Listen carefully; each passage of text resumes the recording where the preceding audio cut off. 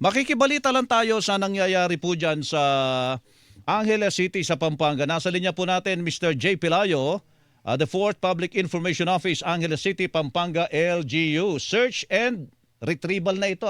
Search and retrieval kasi parang gumib up na sila na may buhay pa roon sa lugar kung saan gumuho po yung gusali na yan. Mr. Pilayo, good morning po, Mr. Pilayo. Hello. Magandang umaga po, Sir Melo at sa inyong mga taga-subaybay. Ay, kumusta na po ang ating pong search and retrieval dyan po sa gusali na yan dyan sa inyo, sa Angeles, Pampanga, sir? Yes po, bali kahapon po official ng na-transition from search and rescue. Ginawa na po nating retrieval and clearing operation. Nagsimula na pong umusog lahat ng mga, pati yung mga command post. No po. Umatras po tayo to make way for the heavy equipment to come in. Gumagamit na po tayo ng mga cutting, specialized cutting tools, crane. Pero despite this po, ipinag-utos ng ating RO na si Angeles City Mayor John Lasatin na still to be careful kahit na tinatawag na clearing and retrieval ito. Because still we are dealing with human remains, no? At he would like to exercise pa rin yung caution nang sa ganon. Mahirap ito, Sir Melo, itong sitwasyong ito. Naghihintay yung pamilya. Sana ay makuha pa natin ng kahit paano maayos yung mga human remains na naroon. Opo, Mr. Pilayo, nagtataka lang po kami Ilan pa ho yung teka muna, ilan pa ho missing ngayon, Mr. Pilayo?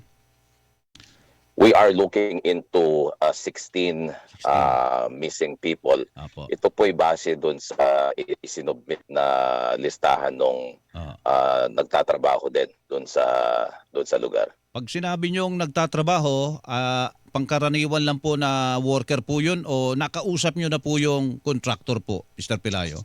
Nagpakilala po yung nagbigay ng listahan as a site engineer, no? Yung pong tinatanong yung pangalawa, yung contractor, yun po yung hinahanap natin ngayon. Kagabi ho, naglabas po tayo ng statement, no, mula sa lokal na pamahalaan ng Angeles na kung saan si Mayor Carmelo John Lasatin II, he calls on now to the contractor and to the owner to show up at makipag-cooperate na po sa amin, no? Ilang araw, ilang gabi na po kami nandoon, pati mga kasamahan natin sa media nakatutok, no?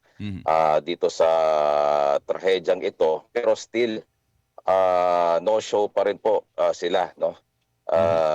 Kaya sabi ni Mayor John, if negligence came caused this tragedy, dapat yung mga responsable must answer for it, no? Medyo na-frustrate na rin po kami kasi we're trying to get in touch with them. Wala pa ho, hanggang sa ngayon nasa retrieval and clearing na tayo, no? Sabi nga na ni Mayor Lasatin, yung duty ng lokal na pamahalaan hindi lang tumitigil yan dito sa incident site. Opo. Yung mga pamilya po naririto, kasama natin yung mga pamilya ng mga biktima, and they deserve answers, no? At kami naman po sa pamahalaan, we deserve cooperation. Opo. At yung publiko naman kailangan we also deserve yung accountability. At yung accountability po yun nag-uumpisa by showing up. Opo, tama po yun. Kasi kaya namin natatanong yan, maganda sana kung ilabas nila yung listahan. Kasi may sinasabi pa na yung iba daw nakauwi na. Malabo, may 16 pa ito pero wala tayong malinaw kung nasaan itong 16, nandiyan ba sa ilalim yan? Nakauwi ba itong mga ito talaga? Importante po yun Mr. Pilayo, no? Tama po kayo. Tama po kayo. Kasi nung una, mataas yung bilang ng mga missing tapos nababawasan din kasi biglang may nagre-report sa incident command post na sila yung nasa listahan pero nakauwi na pala. Tama po yung sinasabi ninyo. Opo, so 16 pa talaga ang hindi ma-account. Whether nakauwi na yan o nandyan pa sa ilalim yung mga yan. Ano po, Mr. Pilayo?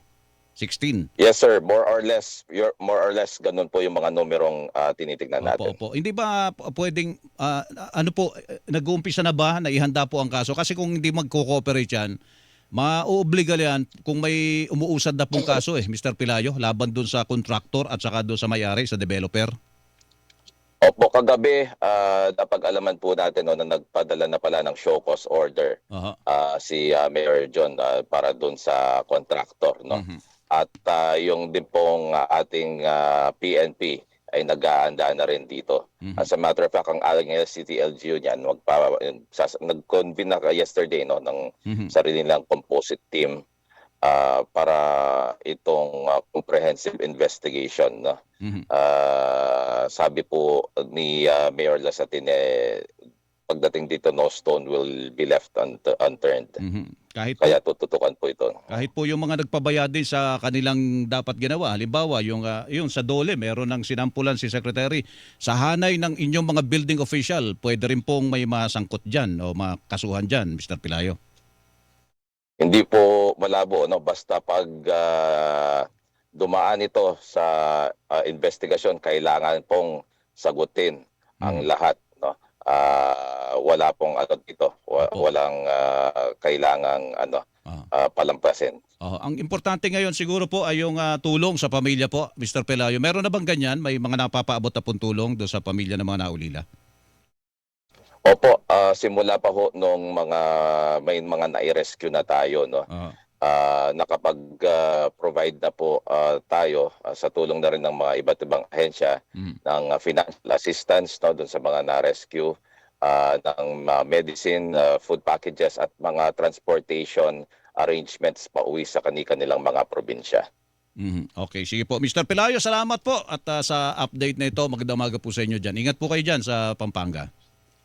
Maraming salamat po. Mabuhay po kayo. Si Mr. J. Pelayo IV, Chief Public Information Office, Angeles City Government.